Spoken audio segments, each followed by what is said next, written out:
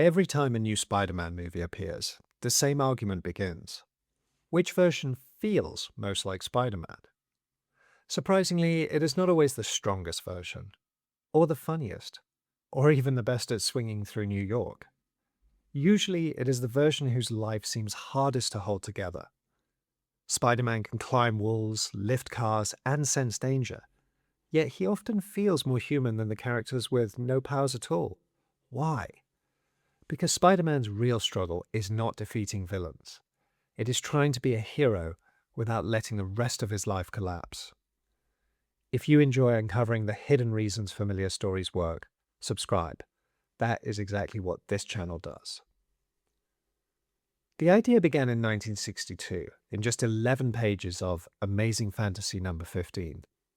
Writer Stan Lee and artist Steve Ditko introduced Peter Parker as a high school student from Queens. He lived with Aunt May and Uncle Ben. Peter was intelligent, lonely, insecure, and regularly ignored by his classmates. Teenagers already existed in superhero comics. Robin fought beside Batman, Bucky accompanied Captain America, Speedy worked with Green Arrow. But these characters were sidekicks. An experienced adult hero was usually there to lead them. Peter Parker was different.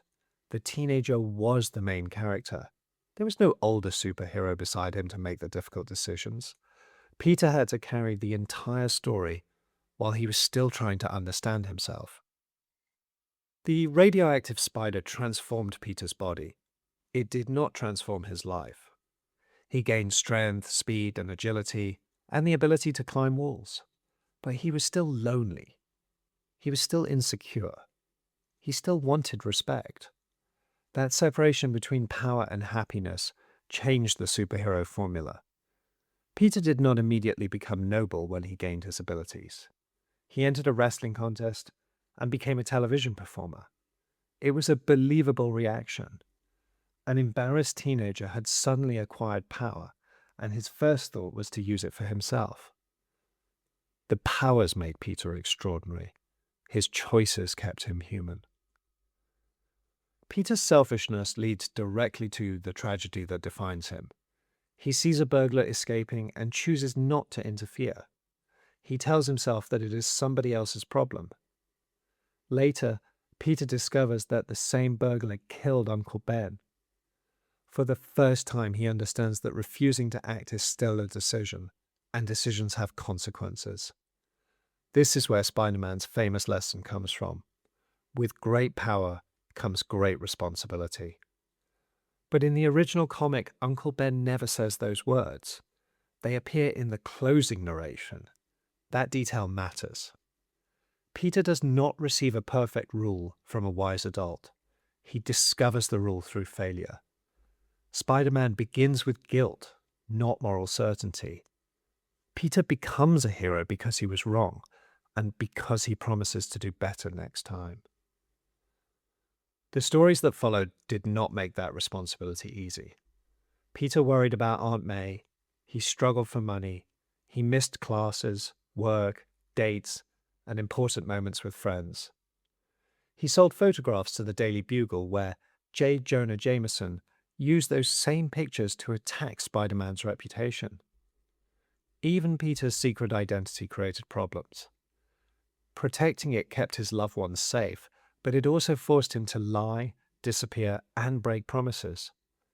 To the people around him, Peter often looked careless or unreliable. That created the central Spider-Man dilemma. What if doing the right thing as Spider-Man made Peter Parker's life worse? This conflict became known as Parker luck.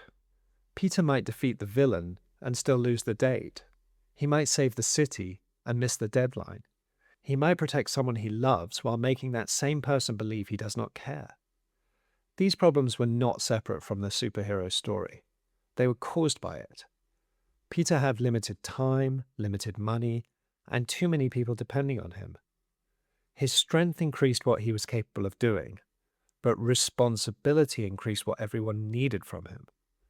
Spider-Man was a power fantasy bundled with a time management nightmare. That combination made him feel real. Peter also changed as readers followed him. He graduated from Midtown High, he entered college, he found work, formed relationships, and lived with the consequences that did not always disappear at the end of an issue. His life began to feel like a continuing diary. Readers were not only waiting to see whether Spider-Man could stop the next villain, they were watching Peter try to become an adult. Could he earn a living? Could he maintain a relationship? Could he care for his family? Could he grow up without losing the part of himself that wanted to help people? The battles were exciting, but Peter's life gave those battles meaning. Spider-Man's costume strengthened that connection.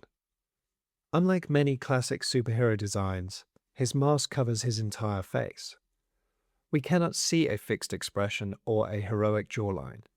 Instead, Steve Ditko communicated emotion through body language. Spider-Man crouches, twists, flails, and hangs upside down. His eye shapes tilt with his mood. His thoughts reveal the anxiety hidden beneath the acrobatics. The mask also creates possibility. Because we cannot see the face beneath it, it becomes easier to imagine almost anyone inside the costume. Spider-Man looks specific, but he can feel universal. That possibility eventually extended beyond Peter Parker. Miles Morales debuted in Ultimate Fallout No. 4 in 2011, created by writer Brian Michael Bendis and artist Sarah Pichelli. Miles was not simply Peter in a different costume. He came from a different family, culture, neighborhood, and generation. He faced his own expectations and made his own mistakes. But the central Spider-Man pressure remained. What do you do when you have the ability to help, but helping comes at a personal cost? Miles did not weaken Peter's meaning. He proved that the meaning of Spider-Man could be shared. The person beneath the mask could change while the emotional idea survived. This explains why every new screen version creates the same debate. Fans compare the humor, awkwardness, intelligence, guilt, loneliness, money problems, and relationships. Those qualities are not minor details surrounding the powers. They are what make the powers matter. Remove the struggle, and Spider-Man becomes an impressive acrobat. Keep the struggle, and every rescue becomes a recognizable choice. Do you keep your promise, or help someone in danger? Do you protect your future, or sacrifice it for a stranger?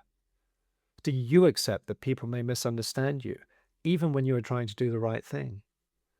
Spider-Man's problems are exaggerated. The choices behind them are familiar. Spider-Man was not the first teenage comic character. He was not the first superhero to have personal problems. His breakthrough was combining those ideas so completely that the person and the hero could never be separated. You could admire the web swinging while recognizing the missed deadline, the empty wallet, the embarrassing conversation, the fear of disappointing someone you love. That is why the version who feels most like Spider-Man is usually the one barely holding everything together. Behind the mask, the amazing thing was never simply that Peter Parker could become a superhero. It was that a superhero could finally feel like you.